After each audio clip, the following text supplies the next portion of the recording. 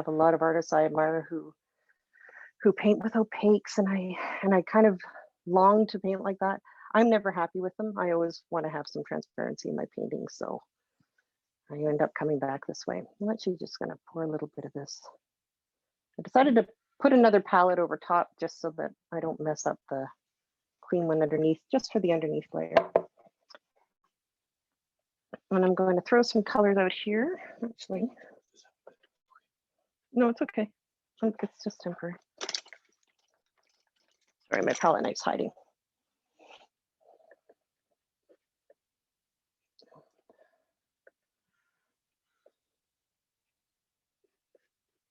And I just poured some medium straight on the palette so I can mix it into everything along here and get some colors going.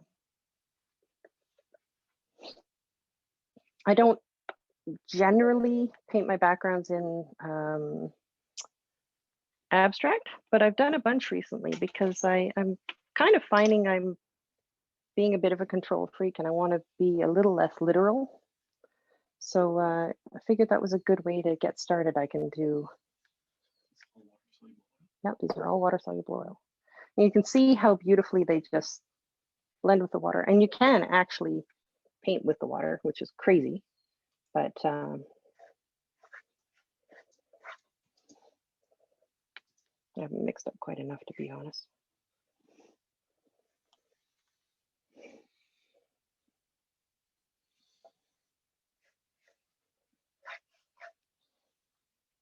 Well, you know what I didn't do? Well, that's the problem. I'm just going to spritz a bit of water on there. The only way, the only time I really do this is when I'm plein air painting. Generally, I just go out with oils.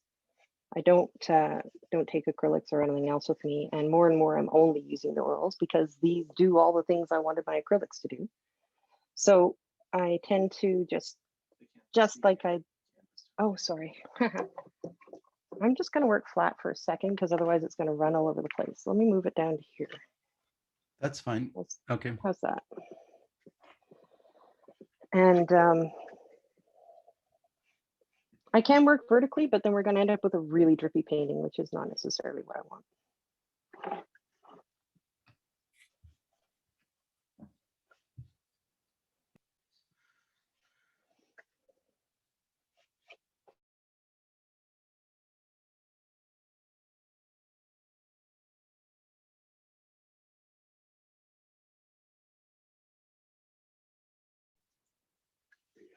I will start with just a little bit of water on the board.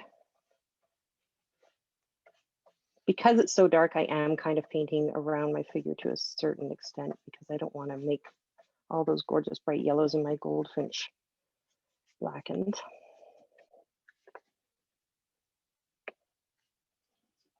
What mediums do you use aside from water? This is just oil painting medium, which is the Holbein name for it. It's a water-soluble oil painting medium. So I wouldn't do it with regular oil medium like standard linseed, but the water-soluble oil companies, and there are a few of them, all make mediums that go with their products. And you can add water to any of them except the glazing medium from Cobra. That one is strictly for the final stages, and you probably shouldn't add water to it. They do go, they say they can go a little bit milky. I haven't really found that myself, but not really, as long as I don't do it too wet. Sorry, the question was, does it take long to dry? And usually if I just lightly spritz the canvas like this, no, but I am being a little bit generous. I'm using a big brush here. I'm busy talking and not paying attention, so maybe we'll see.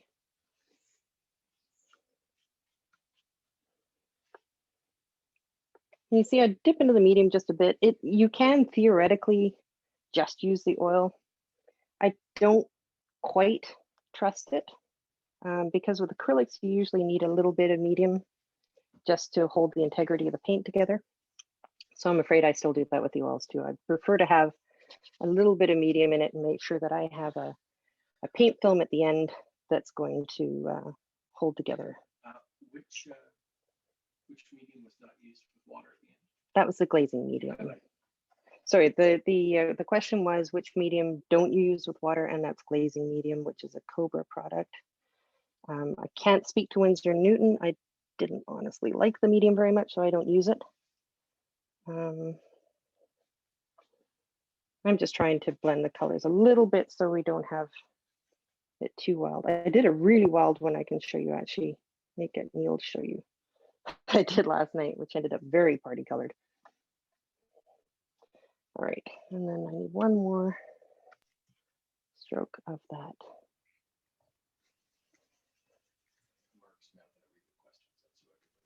Good, that'd be great. That's what I had planned. Well, truth be told, Neil, I was eating. And I thought you were doing such a good job translating.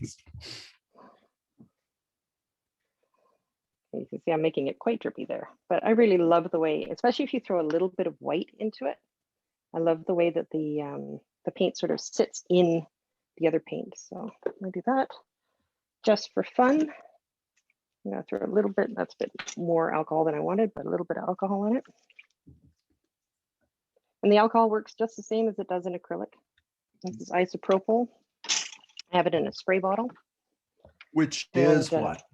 Isopropyl alcohol. Who don't know, no, for those of don't know how it reacts with acrylic. It basically dries out the water part. So so it takes these little coronas around your paint drops, which is quite gorgeous. It just adds a little bit of texture that you can't control. And I am a bit of a control freak, so I actually like introducing serendipity that I can't do. Mark, if you can mute me for a second, I'm actually going to just hit it with a hairdryer so I can put it upright. Okay. Okay. I can try and do that. Or we can listen to the sound of the hairdryer.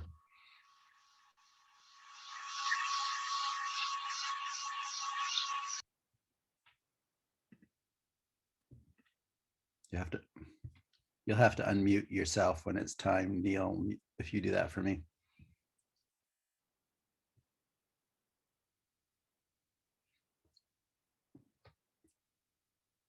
I don't know if everyone can hear me, but I do have a question for you, Jennifer, if you can hear. And a lot of artists who work with water-soluble oils add a tiny bit of soap in their water. I know from painting that myself that my brushes tend to get a little gummy after a while. At first it's fine, but then they kind of like gum up a bit. And have you found that with Holbein, and how do you cope with that? I missed half of that. Can you summarize that for me? Sure. I know several artists that work in water-soluble oils add a drop of soap to their water to help to break down the gumminess that you can get in your brushes from working in water-soluble oil. Do you do that? If so, why? If not, why? Or is it because you're using such exceptional paints like Holbein that you don't have that problem? I have never had that problem. They do dry a wee bit faster than regular oil paints. So if you're noodling too long, they can maybe get a bit gummy. But if you paint with the tube, tube straight out of the tube fresh paint, they don't really cause me much problems. I actually tend to move my paints over. I'm not just being miserly. I tend to move them over from one palette to the next because I want my whites to dry out as much as possible and get as nice and thick and opaque. So when I put highlights on, they come on good and thick. So I will actually move them across until they start to get gummy, and then they get discarded. And Neil could show you, but I have a whole range of palettes drying around the studio because I don't put wet paint into the garbage. I generally have tried not to use cadmiums and toxic pigments, but due to workshops, everybody else seems to. So I end up with quite a collection of them anyway. So yeah, Mark can put me on canvas view now. It's still a little bit wet, but it's dry-ish enough that it shouldn't run into my painting too much.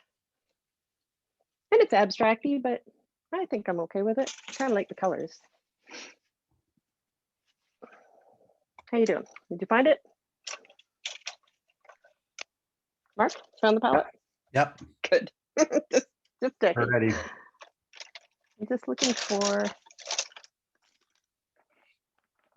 an angle brush. Sorry about that. One's too small. I thought I'd put it out, but apparently didn't. Okay, we're using a flat brush. Oh, that one will work. Ha! All right. So yeah, I don't find them gummy at all. I'm going to throw a few darks in here. Actually, I will use the other brush for this. Just so. Nope, this is good. I'm mixing up a little bit of that. Let's just call it Prussian because I can't be bothered to pronounce Indian green every time. But the green blue, the phthalo blue. And I've been using both the linseed and the painting medium. The painting medium is thinner, but it does tend to dry faster. And it hasn't slowed me down yet, so I'm okay with it. But if you're finding it gets gummy, try the linseed oil. It's a little thicker and works like linseed oil more. And then, don't mind me, I added too much brown, so I'm just trying to mix my way back to a more blue-black here. Overzealous. There we go. Okay, so that's mainly a lot of both blues, a little bit of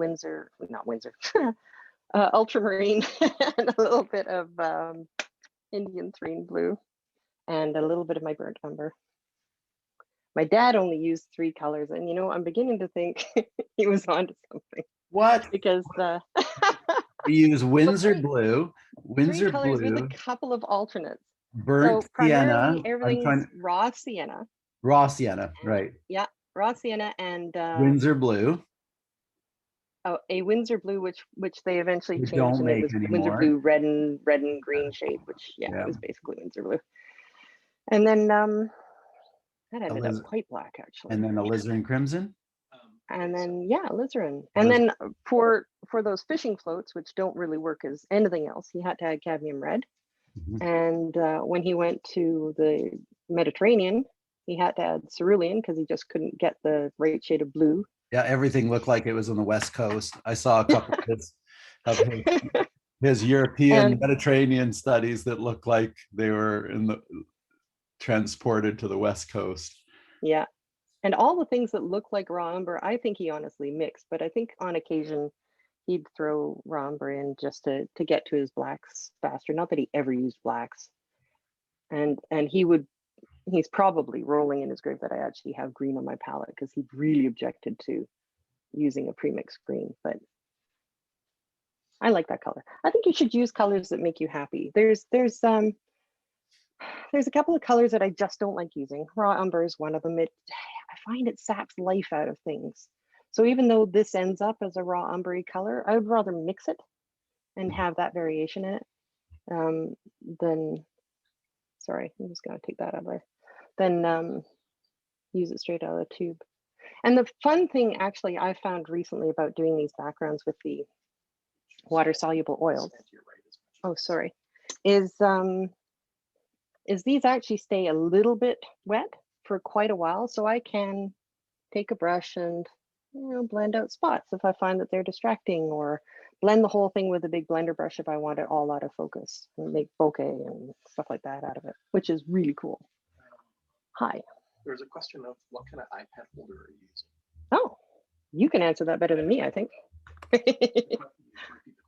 Oh, okay. The question was, what kind of iPad holder am I using? This one over here, I assume.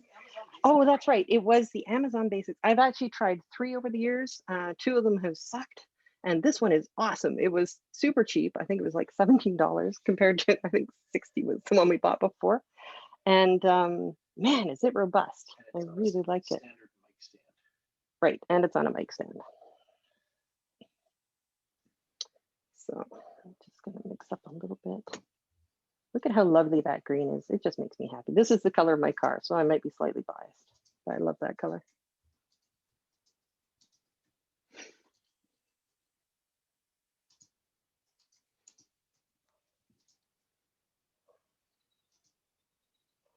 And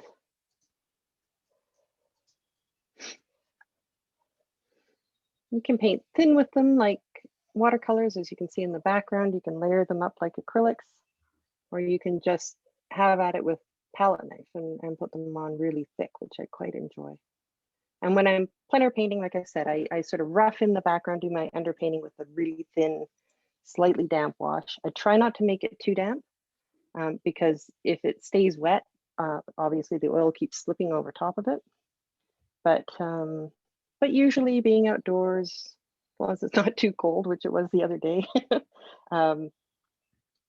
then it does sort of dry by the time I'm ready to put a figure on, same as this little guy. So we can actually throw a fair bit of, I'm holding another brush apparently just for security because this was the one I kept for my light colors and I'm using the dark one. Genius. And I do normally pre-mix sort of 3 colors I'm going to use most in the painting. But as this guy is mainly yellow, I'm not going to really bother. But I think that's the biggest takeaway I have for plein air painting. Take a palette knife, pre-mix your predominant tones, and mix a lot of them, and the whole thing just goes better. Makes your whole life simpler. For one thing, the light always changes on you. You never know what colors you're going to end up with, so you may as well mix them at the start, and then you have some point of reference to go back to. Sorry, Mark, talking incessantly. Feel free to interrupt. That's okay. I'm trying to get that both your palette and your picture to show up on the screen. It's showing for me, but it's not for everybody else. Am I correct? Yeah, you should be able to spotlight both. Is it not working? Neil, can you turn down the, actually, sweetie, before you do that, can you just turn down the metering on the canvas? It could be darker. It's too bright. It's blowing out all the highlights. Does that make sense? Turn down the brightness or the intensity? Just it's the plus minus. Oh, shit on that. Yeah, no, on this one, it's like, does that say plus or minus? No idea. Look at the bottom of the screen. Minus. Yeah. Go with that. I can't see the screen anymore, so all right, we'll go with that. And I'm still mixing mainly that lemon yellow and a little bit of white. I'm just taking the white to make it a bit thicker. I'm adding less and less medium. Jennifer, why do you prefer water-based oils rather than regular or acrylics? Oh, well, I was doing acrylics for years, and what I've always done for, I guess, up to the last year or two is do my underpainting in acrylic and then do the finish painting in the oils, because the oils just have a certain luminosity and the way they mix is gorgeous, and especially for portraits, I don't think there's anything that's quite as lovely. Skin tones are just amazing, and I love doing portraits, so that's important to me. But I was really impatient, and I'm still really impatient. So I didn't want to wait for layers of oil to dry. And so part of it is I'm probably getting hopefully better, and I don't have to change my colors so much from start to finish. And then the other part is with the water soluble oils, I really don't need to do the underpainting in acrylic. I can do the nice drippy, transparent, textured background, which I think adds a little bit of something distinctive, hopefully, to my work, and still work in one medium. I think they marry okay. The acrylics and water soluble seem to be, I mean, acrylic was invented to go underneath oil paint, so they work okay. They seem to chemically bond okay. I haven't had any problems with them.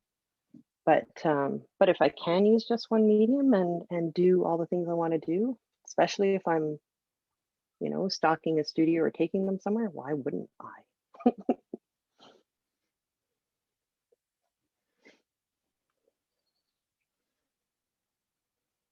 If you're going to do what I used to do, though, with a lot more collage, and there's just a little bit of blue I'm picking up on the edge there that I quite like. Collage or found objects or anything else, then the acrylic's still your way to go. And you're perfectly fine painting oils over top as long as you let the acrylics dry first.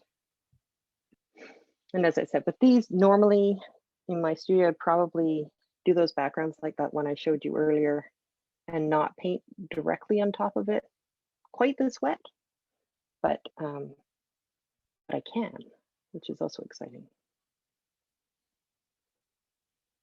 How's our time? Great.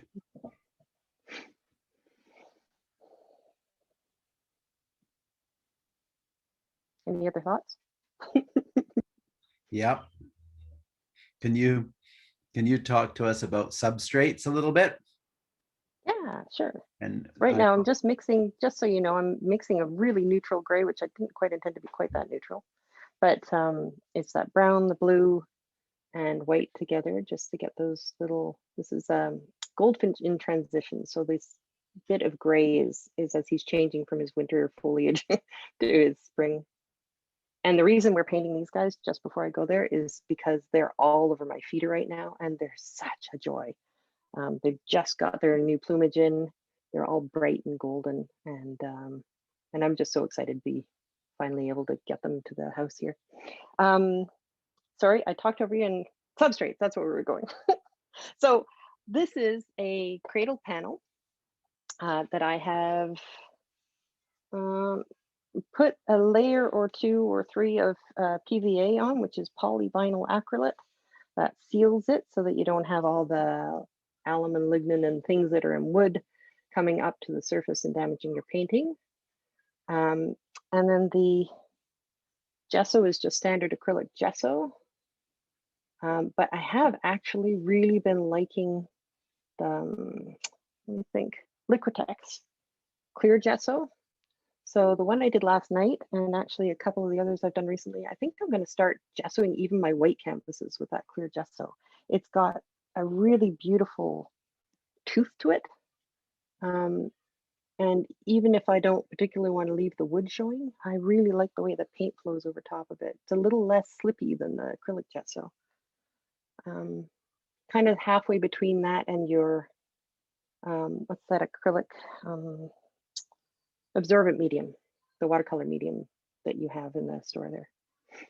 So, but I've been transitioning away from canvases, I would say. I love canvases still, and obviously they're a lot easier, especially for plein air painting and stuff like that. They're much more portable. But I really like being able to sand and scrape and things back into it. So panel is definitely the way to go. The cradle panels are fun as long as your gallery's okay with them. Some, like my galleries in Victoria's, always liked things framed, so cradle panels didn't work for them. But for everybody else, they're a lot easier to ship, and you don't have to worry about framing them. And then for studies and for classes and just general carrying around, I really love gessoed paper. I used to use Stonehenge a lot, and I picked that up from Neil. What's the name of the artist? Oh my God, my brain just went totally blank. Mark, you know, the guy from, we have like 5 of his portraits. Oh, Anyway, I picked it up on a workshop from a portrait artist. Michael Hernandez? No, you have 5 of his portraits? Mm-hmm. Oh. He used to do really figurative stuff, and now he does really wild. That's it, Justin Ogilvie. Oh, Justin Southern Vancouver Ogilvie. artist. Yeah. It was fabulous. Yeah. Yeah, so he was painting on these gesso pieces of Stonehenge, which is an archival but printmaking paper, not watercolor paper. And they're gorgeous when you gesso them, and if you tone them, they're like leather. Mm-hmm. The most beautiful textured finish.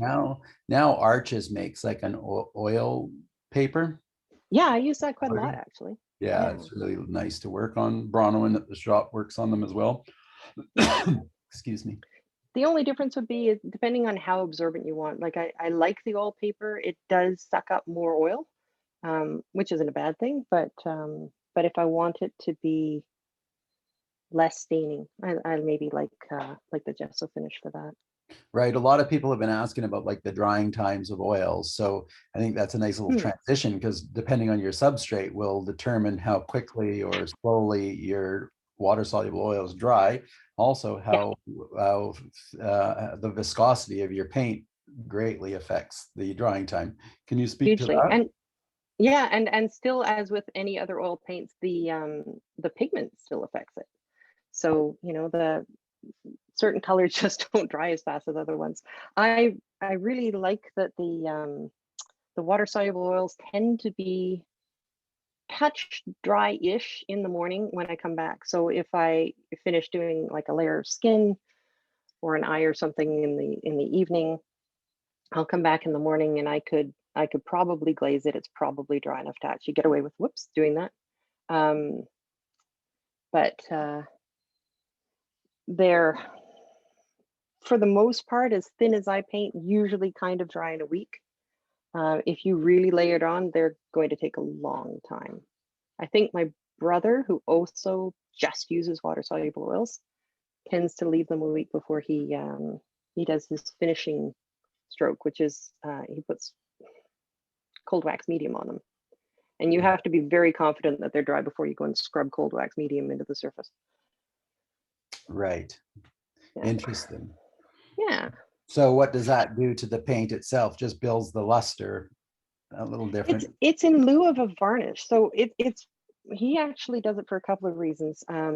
It's not toxic like a varnish, and he lives with his wife who's got a lot of allergies. So I think he's very cautious about what he brings into the house.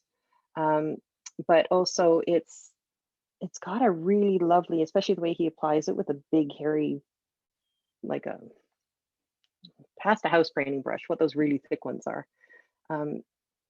He gives it quite a mottled finish, and it ends up being like suede. So it takes all the highlights out for photographing, makes it perfect for getting a nice clean photograph, all those stupid little things that annoy you when you're trying to photograph your artwork at the end. And then if he wants it shinier to bring up the color, because of course gloss always enhances the color a little bit, he can just buff it afterwards. And just like furniture polish, it comes up with a high gloss sheen if you want, or a satin sheen, stop where you want, basically. Yeah, just like in caustics, they just so lush, and beautiful. Yeah. And so they're lovely. It gives a really interesting kind of contemporary finish to them. They're definitely not varnished. You can really tell it's something different. I always find that it adds like a depth dimension to it too. Like yeah, I noticed it especially on portraits, because it enhances the same reason why I love encaustics and oil for portraits. It's that mimicking the translucence of skin. So you get with the wax a little bit of light that bounces through, and it just brings up that. I need more blue in that. Sorry, I should probably be telling you what I'm mixing, but hopefully you can see as well. This is ultramarine and white. Everyone can see now the split. It took me a while, I'm sorry, to sort that out, but from my screen it was showing both views. Yep. So I apologize, but it's all sorted out now. Yeah, primarily everything, the yellows are lemon yellow. I think I put a little bit of green gold, not yellow, green gold, yellowish green in the shoulder here. And I'm gonna add more of the probably cadmium yellow to under his neck just to give him a bit more depth. But because I'm conscious of starting a wee bit later and talking too much, I want to try and sort of get him roughed in quickly so we can make sure we get to the nitty-gritty. What do you think so far? I think it's That great. looks like a bird coming together.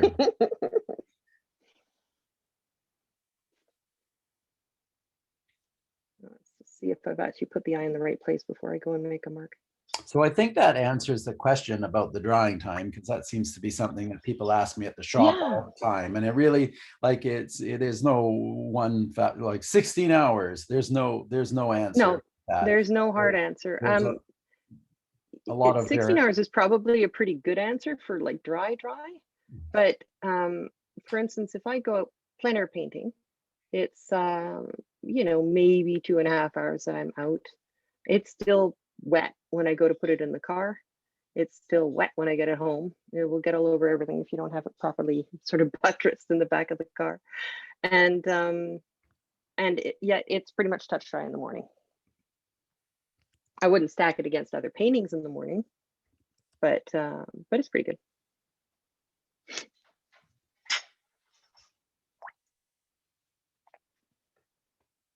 I noticed there's a little bit of the iPad's a godsend and a curse because I can obsess over detail, which is definitely an option for me. But it's also really lovely. I get much more luminous source material if I'm painting in the studio than I would if I was painting from printed photos. So Abby asked, what about the smell? And I was going to be There a is smart no aleck smell. and say, I was going to say that's Neil preparing dinner, Yeah. but I won't. Yeah. I won't say it. What about the smell?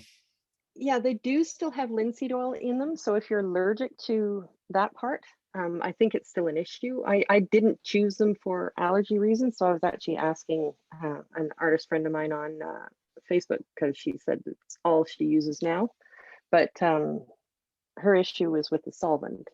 I don't use any solvent, or at least I don't need to. You can absolutely use, and I have been known to use odorless mineral spirits, basically the same way that you would with oil paint. It works back and forth. You can actually use standard oil paint with any of these. And up until about 30% of your mix, there's still basically enough of whatever they put in detergent, emulsifier or something to make them water soluble. There's still enough of it that you can still clean up with water. And past that, you need to start cleaning them up the way you would oil paints. So I don't know if you noticed, people were asking what the black bit was behind the picture in the photo, and that's the feeder. Oh, this part? Above it. This part. Oh yeah, there's a little black oval up here that's the feeding window for my little finch. I have no interest in painting him on his feeder, which is part of the reason why I'm making up a background. So we're just going to ignore that and exercise our artistic license and forget that it's there. The one thing I really find makes a big difference, especially with birds. So it's not a rabbi finch then. What was that? It's not a rabbi It's not a finch. rabbi. No, not as far as I know, but I don't ask. Barbara, I see you shaking your finger at me. That was for you too, by the way. I thought he was such a lovely saucy finch. They're Yeah. pretty cute. There's some birds just don't have a lot going on behind the eye. This is probably too big a brush to be using. What a surprise. But the finches are really good for that. They have a lot of personality. Let me try a slightly smaller brush and see if we can actually get close to the. So your brushes that you're using are just ordinary oil brushes. Yeah, I primarily actually still use the synthetics because I like washing my brushes out at the end of the day and not having them get gummy on me. But I am getting more and more to enjoy the extra character that the bristles give you. I'm just trying to get the black of his eye like really dark. It makes all the difference. I think he's got seed on his face. I'm not sure we need to depict that. Oh, that is detail. They're funny. They're really territorial. I was talking to Neil while I was scrolling through trying to find this guy before, and I have a few pictures of them yelling at their cousins and neighbors as they're trying to land on the feeder next to them.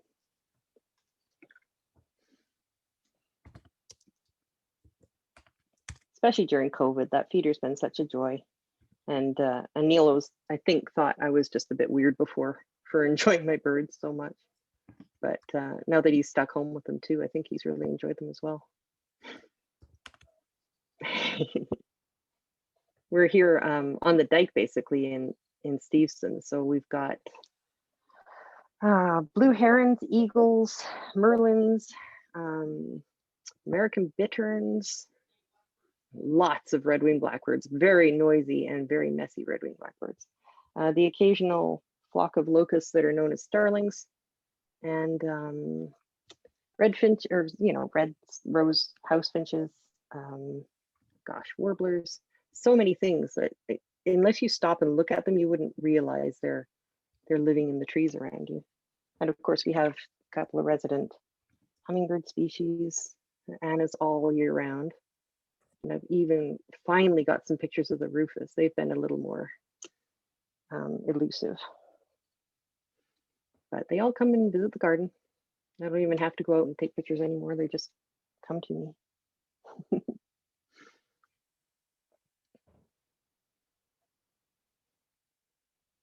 I discovered actually yesterday while I was looking through photos for this that I think the eye's in the wrong place. Yellow-throated warbler, which I completely forgot I'd ever photographed, and some beautiful cormorants that we're visiting briefly. And some of the cormorant species have the most outrageous keel eyes. And these guys were some of those, so there may be a cormorant in my future.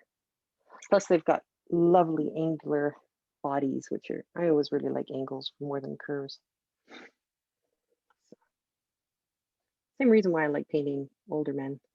I love angles and wrinkles and feathers and I'm so glad you said that. Girls are no fun to paint. I mean, I can understand why guys do it, but I just, there's a few exceptions, but I find them so much less enjoyable. Curves are way less fun than angles and wrinkles. Well, I get that a lot in the portrait classes and portrait drawing classes, is asking about the difference. Interestingly enough, though, it's much easier to paint older people because of the hard edges of the wrinkles and the shapes in the face. The young people, more often than not, when I see paintings of young people, their features look really hard because they're basically overdrawing or over painting shapes of the face, when skin is really smooth and tightly wrapped. It doesn't create a lot of lines, funnily enough, right? Yeah. And your gradients have to be spot on. Yeah, because there's no hard edges that you can have a transition. You've got to get it just so.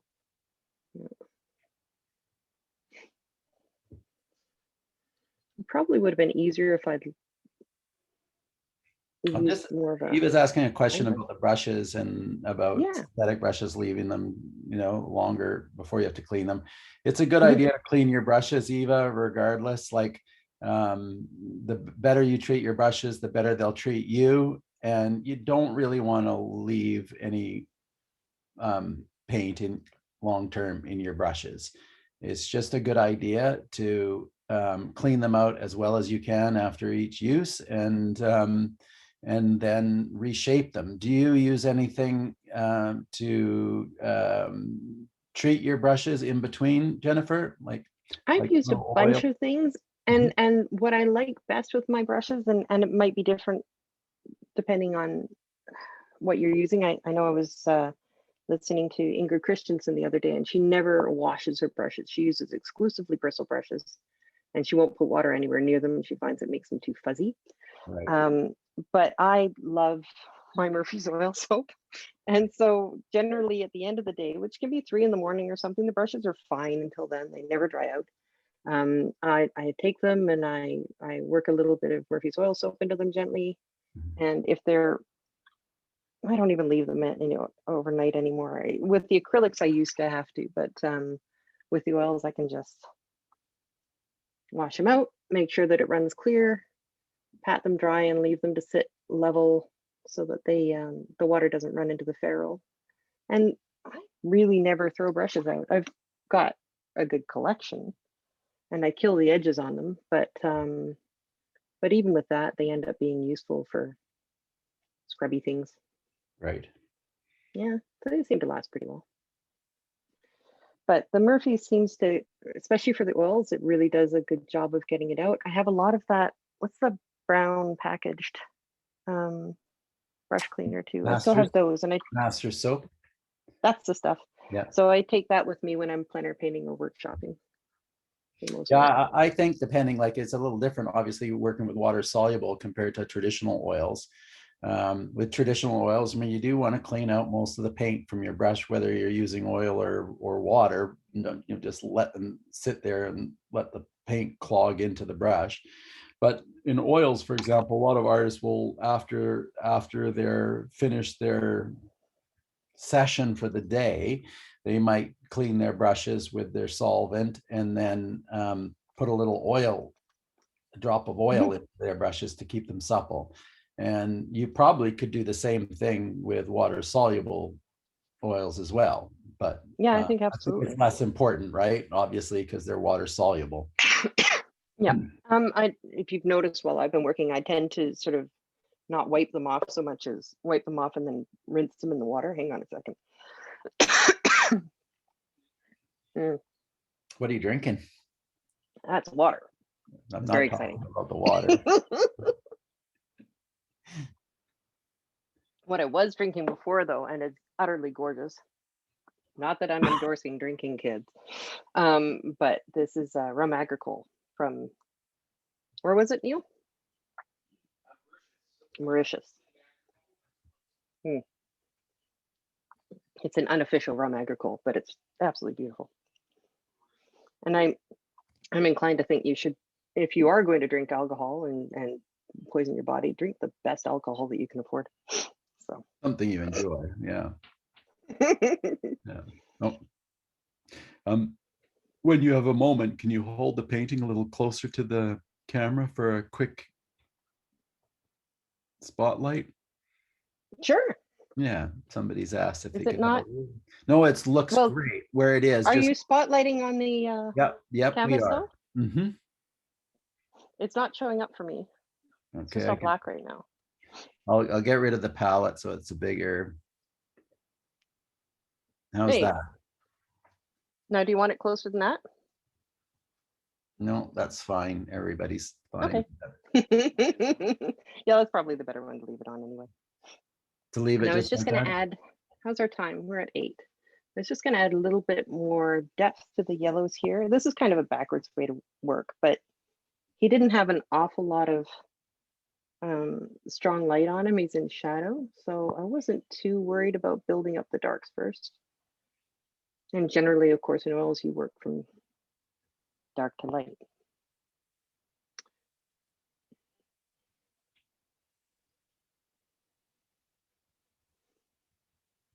It's pretty close. I find, especially, I did a little test run last night just to see if I could, what I could manage within the time. And I was doing a little bird that had a lot of weight on him.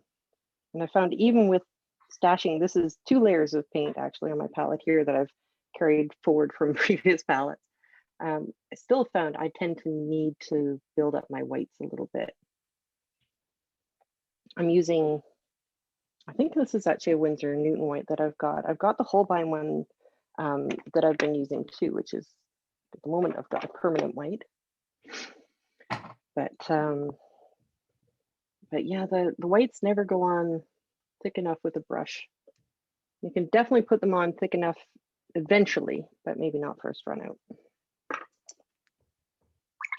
And then of course there's lots of other fun tools to apply paint with. And those can be good too. He's got a slightly sleepy expression. We're just going to wake him up a bit.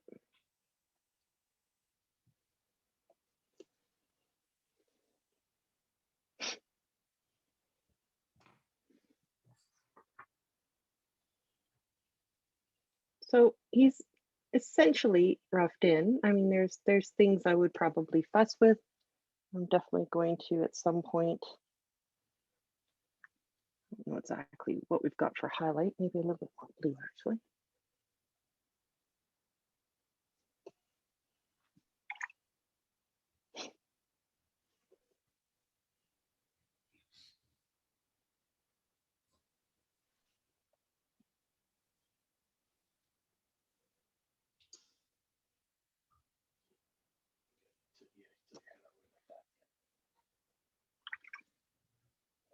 Sorry, occasionally I need to step in front of my canvas.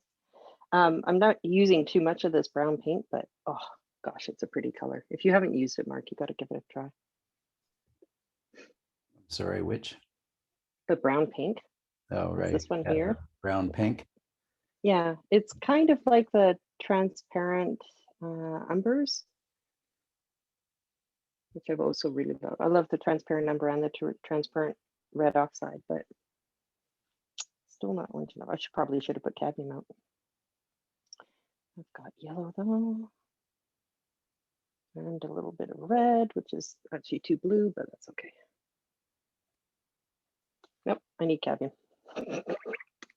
Yeah, sometimes you just need it. Sometimes you just need cadmium. I've avoided it for years, but I have to admit the cadmium and the phthalo, I hate because you overmix it all the time. You just get Yeah, the it's so tiniest bit in there and so so staining. staining. Yeah. Yeah, I think And all of a it's sudden it's like phthalo and everything. Look at I think it's See? really important for beginners to really do some analysis of their palette, not just like I know speaking from a art supply retailer, I'd love it if everyone went out and bought every single paint known to man, but you don't need that. When you really need to add paint slowly and see what it does in relationship to the other paints in your palette. And I mean, it's true for watercolor oils, acrylics, and water-soluble oils. Different pigments have different opacity or transparency and different drying time and different hues and underhues and different called color characteristics. And I think it's really important, people react to color so differently that you need to do some analysis of your own palette and see how it relates to the other colors in your palette. So just having, there is no such thing as a magic color in your palette, is there, Jennifer? Well, I don't know. That quinacridone gold is pretty magic. Well, I use that too. It's true. It's pretty special, but and I have to admit, the longer I've worked with things, the more I've come to appreciate them. Ultramarine blue can do anything. It's incredible. But and the more I've come around to phthalo, I have to admit, is a really good color. As I said, I've hated it. I took finally, after years and years of being on wait lists, I finally got into a Brent Lynch workshop last year, and he insisted on phthalo blue. And darn if it didn't work well. well, And he gets the most gorgeous colors. Yeah, So, it's so staining and yeah. so rich and dark for making darks that It is, yeah. yeah, for those deep turquoisey blues, my goodness, it's beautiful. This Indian threne blue, or indanthrene blue, it's new to me, sorry, is really nice actually. That's what I'm using in place of my phthalo. It's more delicate, but you can always add more. And the lovely thing, as you'll notice with these water-soluble oils, especially with birdies, because they stay wet, unlike the acrylics, I can go and temper my edges, blend in feathers. That little nuthatch that I did last night, I painted him in color blocks, as you do, and realized that he'd be so much more effective if the feathers sort of were applied in a different direction. So I basically repainted him in place, starting with the colors the other way, and it made quite a big difference because they just look better layered with the brush strokes going a different way. But I think the longer you paint, the more important edges become to you. Yes. And that would single-handedly convince me to change to oils if nothing else did. Yeah, well said. Yeah, no, it's true. Like learning, brush strokes and edges, as you develop as an artist, sometimes things that you're just so overwhelmed by trying to capture the color or the shape of the thing that you're trying to paint, you forget how important edges are. They're edges and brush stroke and brush direction. And you're all of which you're doing exceptionally well, Jennifer. Thank you. Well done. I think well everybody done, needs to start with drawing, and then I think your first priority after that probably needs to be composition. But once you've figured out, and you know, to be fair, I did rigorously make myself study for about 20 odd years before I was happy that I could paint exactly what I wanted to paint, regardless of the subject matter. And that was my criteria. I wanted to be able to paint anything I needed to, and not be constrained to doing loose landscapes because I couldn't draw, right? So, and that's that's a fair bit of baggage from my father too, to be fair, because he wouldn't have tolerated an abstract artist in the family. But right. Him and his business partner, yes. yeah, Dave. Yeah. But so just to fill you in, here, Jennifer's father, business partner, well, they're in Edmonton, correct? yep, that's right. They had a design practice in Edmonton, was partners with my my instructor at Capilano College, and he was just I don't know how even to describe it, anything Opinionated.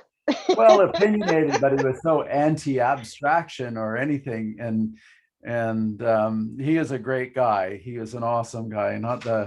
I was never really fond of his painting compared to your father, but I mean, yeah, just stubborn Yeah. when it came to. Was he a good teacher though? Because Oh, he was an found amazing sometimes, teacher. Yeah, yeah, yeah, he my was an favorite amazing teachers haven't been my favorite artists. Yeah, he was an amazing teacher, and some things that stuck with me, and I didn't agree with him on a lot of things, right? Like Mhm. I knew some of what he was saying was just closed-minded, right? So Yeah. that's it. I Dave, mean, closed-minded? My father closed-minded? well, not your father. Your father was perfect. Yeah. Listen, He's still, listen. you know, he wouldn't what- let Mark go to and he wouldn't have let me go to, but he wouldn't let Mark go to Emily Carr. Because at the time, Emily Carr was a bit too, I mean, it's a leading art school now, but Emily Carr was much more conceptual based in the beginning. And Mark he was sick for most of his grad year at school, but when he finally got back to school, he decided just for the heck of it, he'd try entering a poster contest. And he did a poster for ICBC, I think it was the drinking driving poster.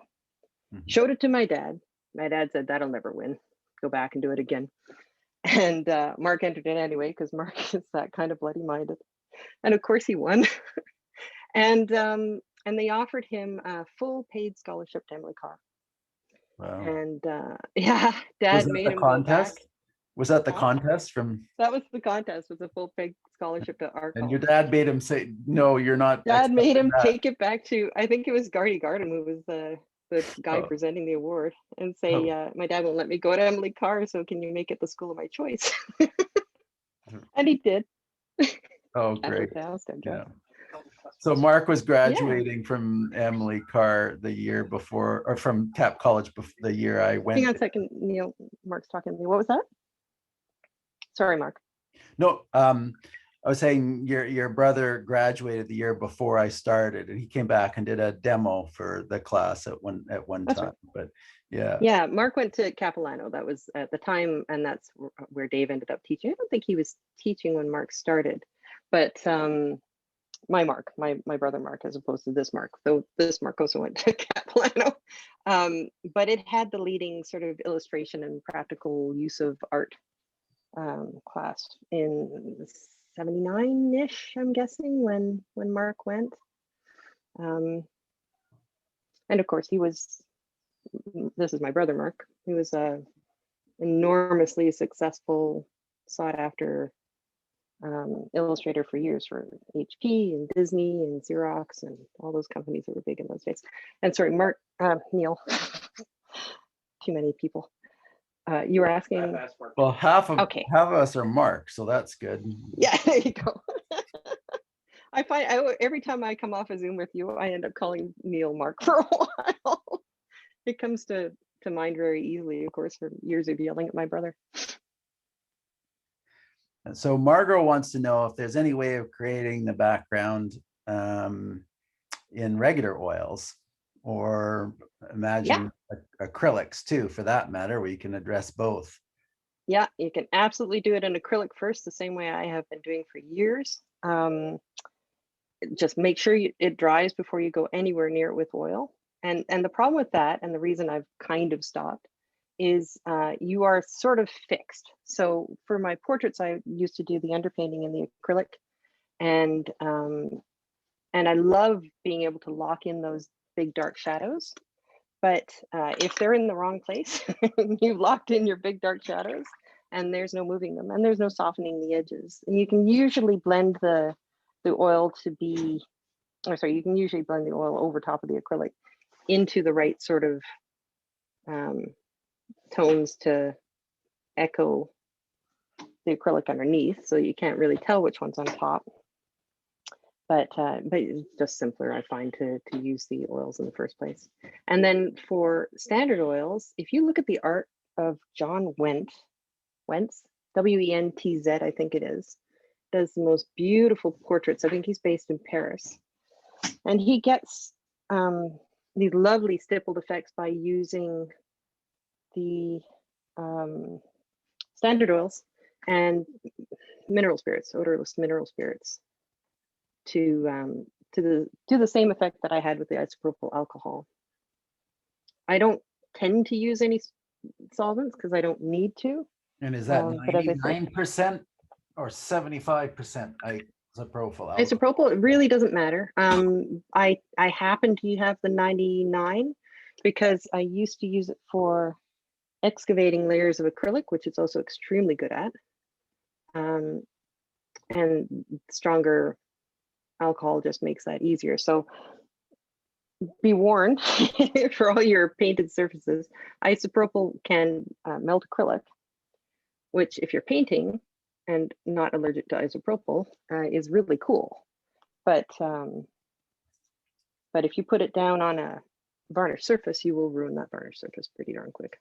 Yep. Another way of creating a similar effect with acrylic would just be, to splatter water onto your acrylic surface when it's almost, but not dry. Yeah. And then wipe off or squeegee off those spots, or lift them off with a paper towel or napkin or whatever. You can, with acrylics, and most painting, for example, I'd say, removing paint, we add paint, but painting can also be about removing paint, and just something to consider. When you're painting, a technique of removing paint is pretty valid as well.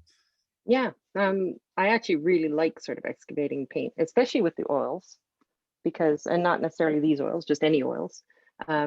You can get some really beautiful soft edges that you can't do in directly applied paint. So doing that subtractive method can be really effective. That's another thing that Justin Ogilvie used to do a lot. If you look at his work online, you might find he was doing these beautiful sort of Renaissance worthy figures, and he'd paint in the whole figure and then sort of carve out with a rag the highlights, and you get the lovely soft gradients around all your edges and things.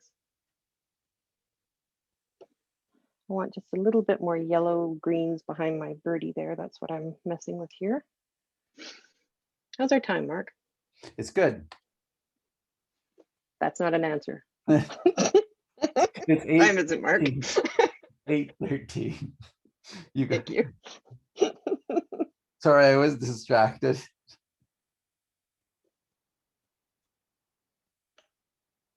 I do like using a brush that's like 2 sizes too big for myself, and quite often I'll plein air paint like an entire 9x12 with something this size. But every now and then I'm not doing myself any favors. My sister Margaret, who's in Winnipeg, just pointed out that Justin went to Emily Carr. Wink, wink. He did. No, I'm not saying Yeah, Emily Carr's no, a bad school. Emily Carr is amazing. No, it's amazing school. We both agree. Yeah, but we this don't is my father, and necessarily this was agree the with 70s. Yeah, Harry or David. That was Yeah. that was the conversation. Oh, no, Just no, I kind of regret that I didn't go because, you know, now it's an amazing school. I looked at it yesterday. It's ranked as Canada's top art school. But there's no way Dad would have let me go. I went to UVic to study, actually sort of more museum studies to run a gallery because I was the, believe it or not, I was the intellectual one in the family that really enjoyed school. But yeah, no, Dad wouldn't have tolerated that. There you go. I'm happier with that edge. I'm noodling a little bit, sorry. What I could do here though, so you've got all this lovely watercolory stuff, and as you can see, you can, let's see what needs to be blended out. You can soften edges a little bit. I can still, because generally your backgrounds, your shadows, you don't really want a lot of texture in them. This is just a clean, dry brush. And just to show you, I can do that. And just for fun, there's an artist I really like named Alpe Efe, and I'm not entirely sure if that's the right way to pronounce it, but he does this. I should be using a palette knife for this.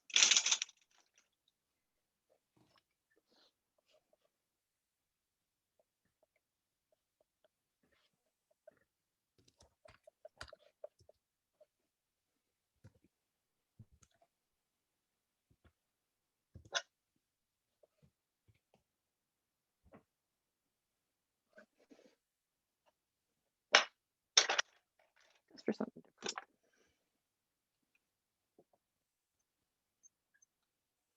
He does this thing with rolling paint on.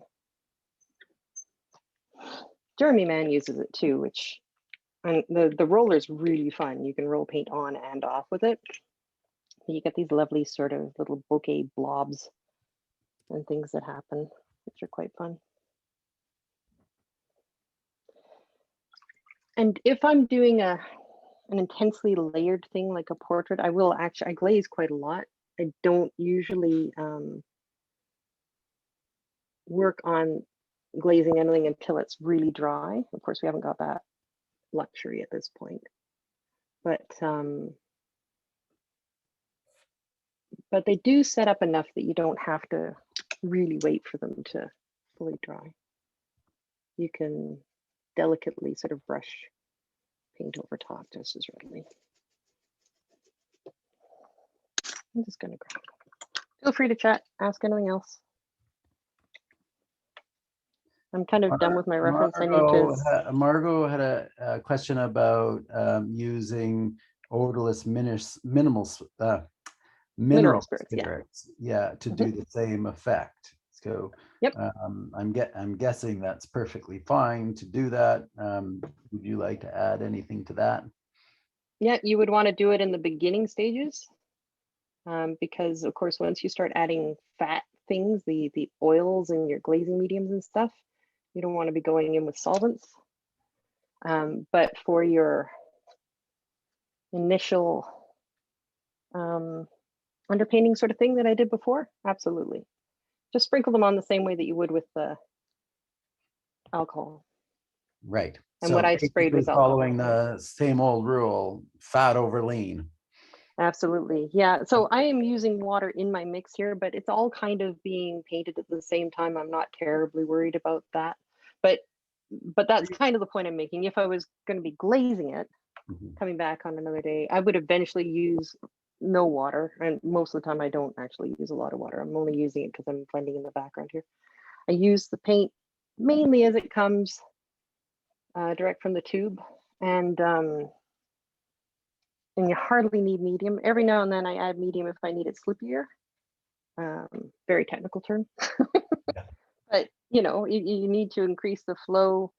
In this case, I am adding some water, which is probably not optimal, but I really don't think technically it's going to make much difference at this point. No, you're working fairly thin anyway, and yeah, and the oil's still wet underneath, right? Yeah, you're working pretty lean all the way through. Yeah. So, I mean, one of the problems with that for people who are not aware is, you know, just your drying time of your paint. If you're painting thinner glazes over time, fatter, what we call fat paint, or or viscous thick paint, then your paint on top is going to dry faster than the paint underneath and cause cracking and ultimately problems with your painting. So you want to build your layers of thickness in your painting. Yeah. So it's not, this is not something that's going to happen over a matter of years. This will happen by the time you next come back to the painting. Like it's serious. Yeah. And it undermines the integrity of your entire painting. So don't do it. Mm-hmm. That's one of the hard fast rules. Yeah, that's yeah. Acrylics do not go over top of oils and do not go lean over top of your fat paints. So Jennifer's sorry, Jennifer. No, go ahead. I was going to say, because the background was largely done with water anyway, I am using a bit of water over top, which, as I said, I would never generally do. But I don't feel like there's really a lot of medium in there, so I'm okay with it. But I don't generally go back in with anything washy on my backgrounds. I would carefully go and glaze the whole darn thing again. And if you're wondering what I'm doing, I'm just trying to sort of balance the composition and bring up edges that I feel need some contrast. And yeah, you were asking a question, sorry. Nope, I answered it. It was just the two browns. I just answered. I don't know why I blurted it out. It's my Tourette's, I guess. I do, yeah.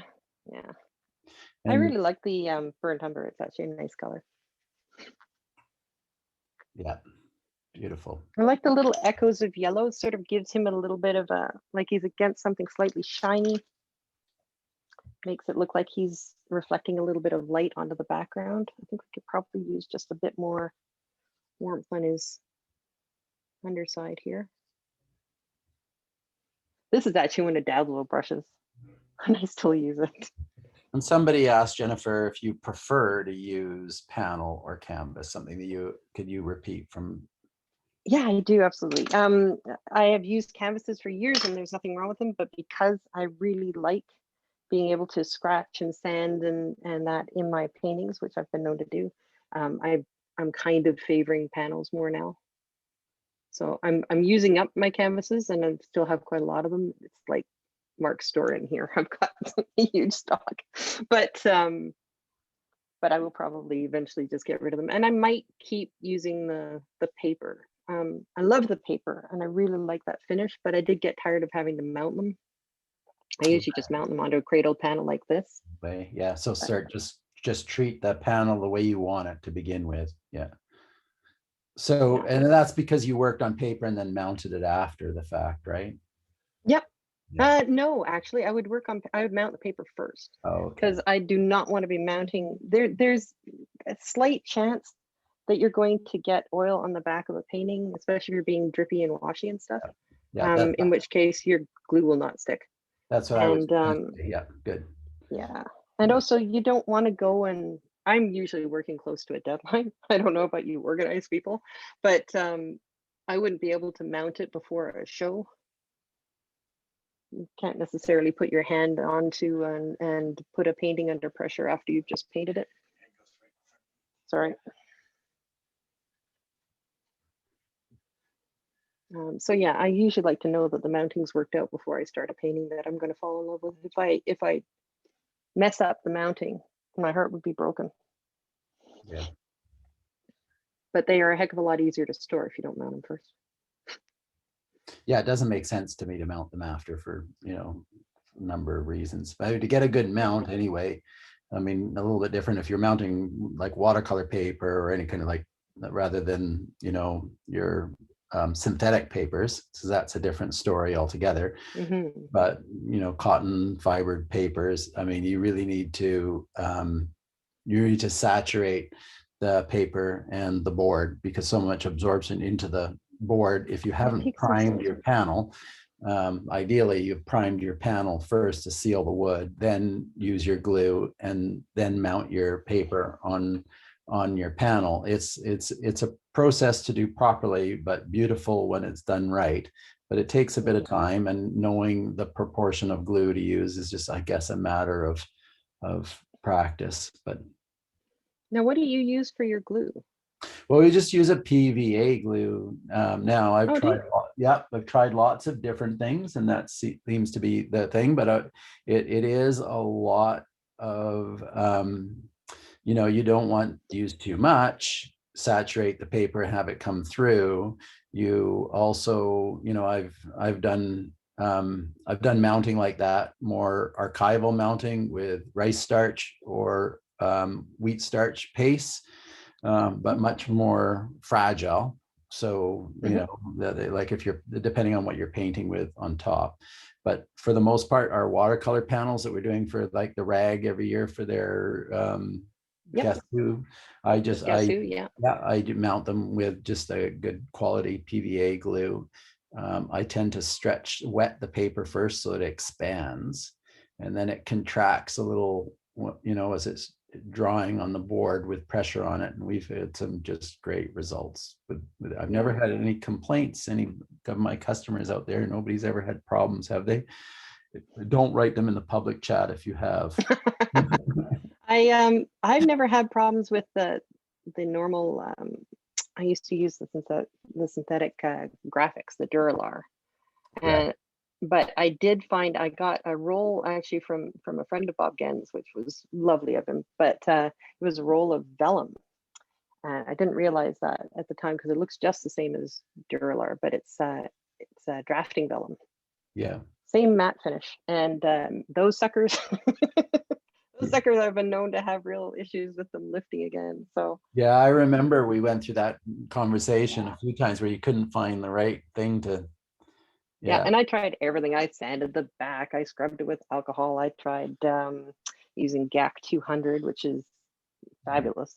I really love that stuff too. Yeah, I think the thing is you want, it's not a bad idea to coat your substrate or your board or panel or seal it with the same glue that you're going to mount with, because what happens is so much of the glue gets absorbed into the panel and you don't get a good bond. So it's a good idea, like most, woodwork, you glue both sticks, right, Bob? Absolutely. I see him. Yeah, he's a master woodworker there. So yeah, I mean, okay. Yeah.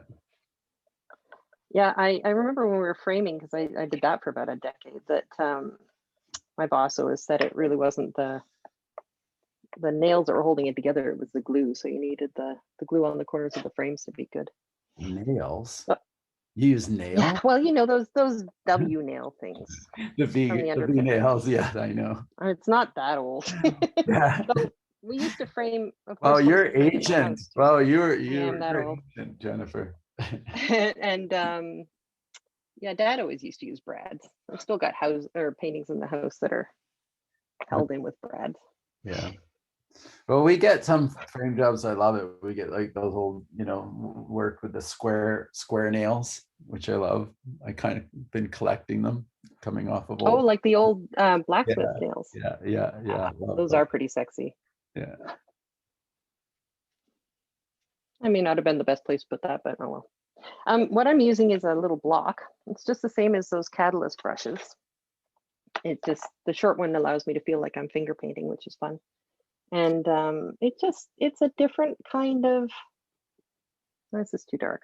I don't feel like putting that on there. Catalyst brushes, you guys, are synthetic brushes. Yeah, like these guys here. It's a silicone. Silicone, yeah, thank you. Scrapey tooly thing. The big one, which I use occasionally, is this one.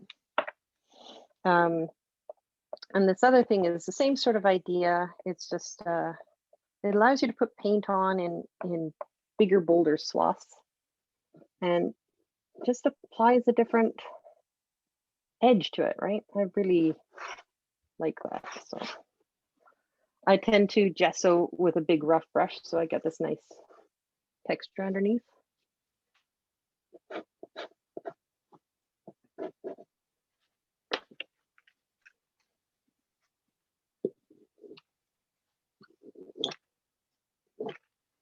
So I've got a little brayer here, like a speedball roller. And like I said, you can use it to put paint on and take it off, which is fun. I'm kind of just not painting it so much as giving the impression that there is something of weight there, so he's not floating in midair. I can't quite handle floating in midair. We need to have some physical mass, and Not with his wings closed anyway. yeah, exactly. There we go. I think I'm kind of done. What do you think? Anything glaring?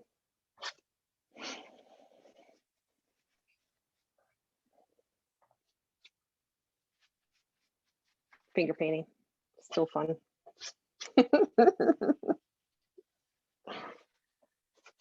So, any other questions? Questions, yeah, comments, concerns? I have a question. Yeah. Would anybody like this Aqua Duo gift set? Compliments of Phoenix Art Workshop, for the first person to type the name of Jennifer's brother and sister. Oh my goodness. Done. Janet just won. Janet, oh wow, message me later. I didn't know there was going to be a pop and spelled correctly. I have a feeling that's an inside job. That Karen with a C. That's not Janet that takes the beautiful hummingbird photos, is it? Copy editor. Okay. Nice. There's a Janet locally whose Instagram feed makes me deeply jealous. She gets the most gorgeous. Okay. Janet, are you in Richmond? Powell River. Okay. All right. Okay. Well, I'll get you these. I'll get you these sent up. Message me separately with the deets. That's very nice of you, Mark. Thanks. It's all right. It was an easy So question. I probably now I've messed with that. I need to go back and restate that edge a little bit, but I'll leave him alone for now because he's got mass. I'm good. And yeah. Anything else I can show you? Do you want to see around the studio or something? We'd love to see your studio, and then we will. Clean the light. I'll try the big camera so that we can spin it around on the thing. Ah, sure. There you go. It's not cleaned up for your browsing pleasure, so I'm afraid you're getting it raw. Good? Yeah. Okay. I was going that way. Watch out, it's gonna fall down, so you gotta hold it up. I got it. So I'm lucky enough to have, well, a sweet husband for one, but this big space, and about half of our upstairs where I stash. There's some of those canvases and panels that I was telling you about. And this is actually my framing table here. Let's see if I can just slide this off the tripod. There we go. And I have all those little backgrounds I was telling you about that I was working on. What's that? There you go. And sorry, that was probably too fast. I've got a little access to the attic up there, so some paintings are stored up there. And then flat files for all the papers and bits of gesso paper that I have around. And my computer. And back to my wall-mounted easel, which I actually quite love. And then my tabouret is that horrible mess there, but it works for me. And I've moved my brushes temporarily, but that's all right. And I will show you. Neil, can you grab that? Sorry about the shaky cam. This little guy here. Oh, he's on the far side.